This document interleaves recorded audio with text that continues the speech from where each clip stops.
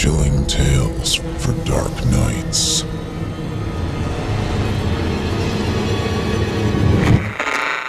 Want to make sure you never miss a Chilling Tales for Dark Nights video again?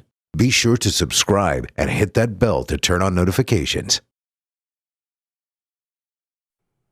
My family has never been high class. My dad is a drunk, constantly out of work, and he yells more than he talks. My mom yells back just as much, but at least she doesn't drink. She takes her anger out on the rest of us by cooking terribly. My older brother has been in juvie 3 times, and the way he keeps at it, he's going to do the real thing the next time he gets in trouble. We all live cramped together in a 5-room trailer that sits in an old, poorly maintained lot near the outskirts of town. People have complained for years that it's an eyesore, but because my great-grandfather actually purchased the land outright, there's nothing they can do to get rid of us directly. So, the town tries to make our lives miserable whenever they legally can, be it through bullying at school or by making us unwelcome at nearly every store in town, except the liquor store. They love my dad there. It's a crappy life, but it's all gotten so much worse since Dad found that thing on the side of the road. You see, my dad loves to collect stuff on trash day, so he can sell it to the dump and get a couple bucks for it. It was early in the morning, just before sunrise, when he found the mannequin that he thought might have some value. It wasn't in anyone's trash pile, it was just sitting there in the dark. He loaded it into the truck and drove it home. It was definitely shaped like a mannequin, but unlike any I'd ever seen.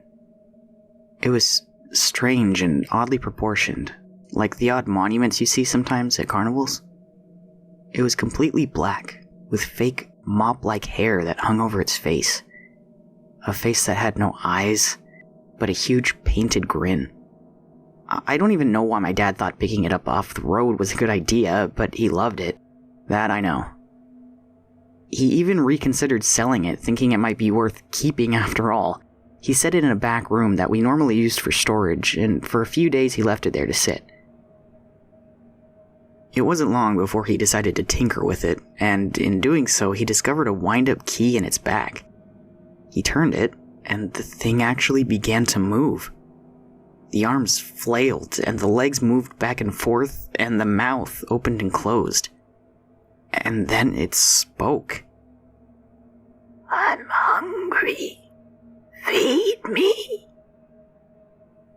It said this in a thin, unpleasant voice, which sounded like it had been filtered through an old vinyl record player or an antique music box.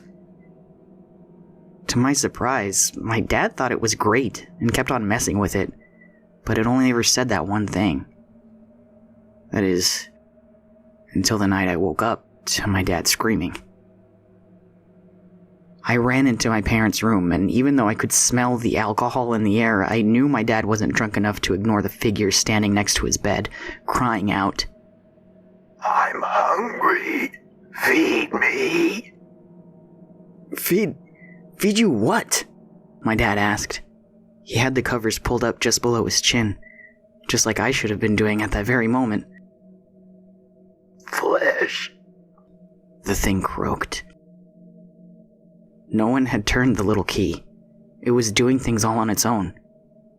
Instinctually, my dad grabbed the thing and tossed it back in the storage room and locked it shut. But he could still hear its reedy voice, calling for its meal, insisting on meat. My mom went to the store the next morning and bought some ground beef, only unlocking the door long enough to throw it in, not even looking to see what the figure was doing.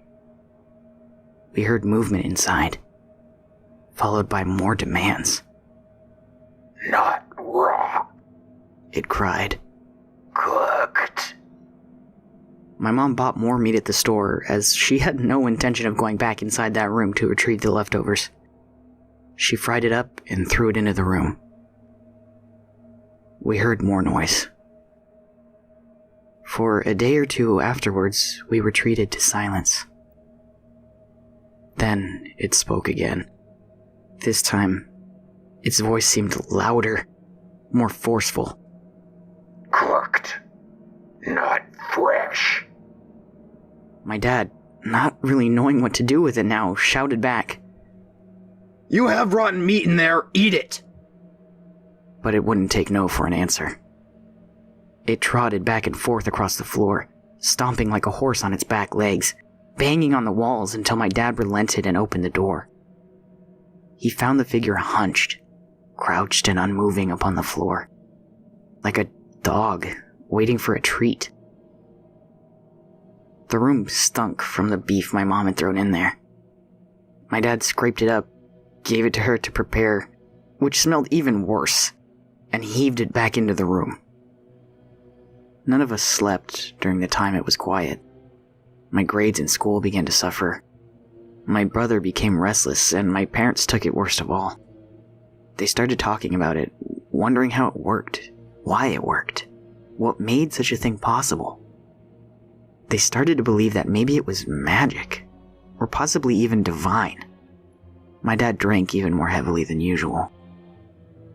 When it spoke again, it was even more well-pronounced, its voice far more natural sounding.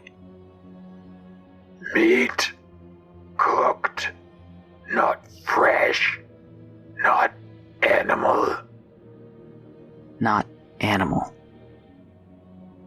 I was in bed when I'd heard what it said, and I refused to set foot outside of it. My dad, on the other hand, did something I certainly did not expect. He grabbed a shovel and stepped outside the trailer. I heard the truck reverse down the driveway, back into the road, and pull away. While he was gone, the mannequin-like thing began galloping in earnest once more, its heavy feet thundering across the vinyl floor, back and forth, back and forth. Not only that, but it had now added short, shrill, toddler-like screams to its list of unsettling activities. My dad returned hours later, covered in dirt. He asked my mom to help him with something outside. I finally got up the nerve to watch them unload something wrapped in a tarp from the truck. I stayed in my room, watching from the window. I heard a thumping outside, like when my dad occasionally chopped wood. Then the door of the trailer opened, and a gag-inducing stench wafted in. Then I heard my mom turn on the stove. I didn't want to know what was happening, even though I knew, deep down, what my dad had done. I didn't sleep. I think I fainted. I woke the next morning to absolute bedlam.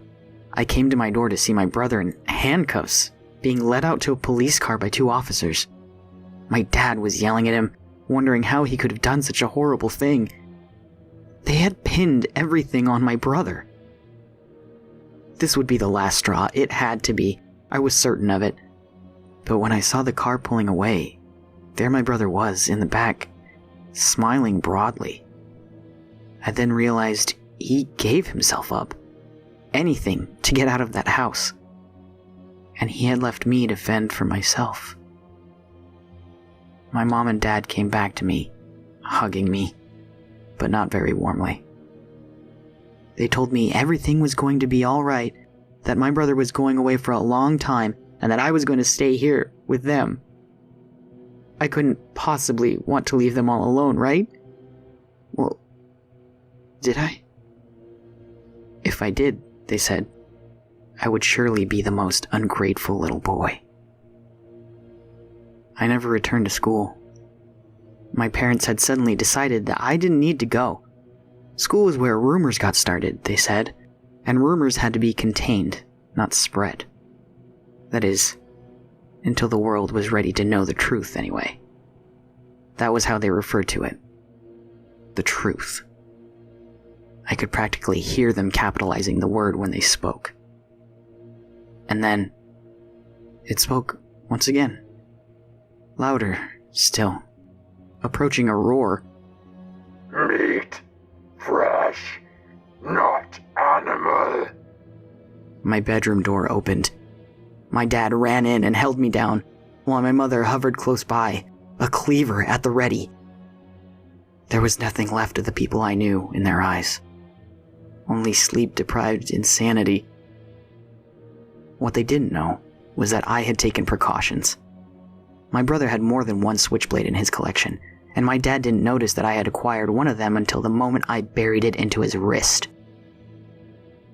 While he grabbed it, I dove under my mom's legs and clambered out of my room.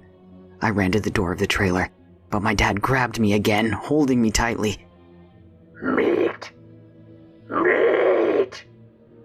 The door to the storage room began to buckle as the atrocity opposite it pounded with all its strength. Where is my meat? At the top of my lungs, I shouted, "They have it!" I heard the door burst open. I heard a roar. I heard my mom scream, my dad let go, and I dashed from the trailer. I sprinted as fast as I could into the woods and into town and never looked back. I ran until I arrived, breathless, at the police station, and told them all that I could without sounding crazy. They wrapped a blanket around me, made me a cup of hot chocolate, and treated me more kindly than I'd ever been treated by my own parents. An officer returned from the trailer 2 hours later. At first, he had found it deserted, or so he thought. What he did find, it turned out, was a sticky mess in the storage room, and something boiling in a pot on the stove. It looked like a hunk of meat, but he needed someone to come identify it since it didn't look like any meat he had ever seen. Of the ravenous monstrosity my father had made the mistake of bringing into our home, there was no sign at all. And I pray it stays that way. Chilling tales for dark nights.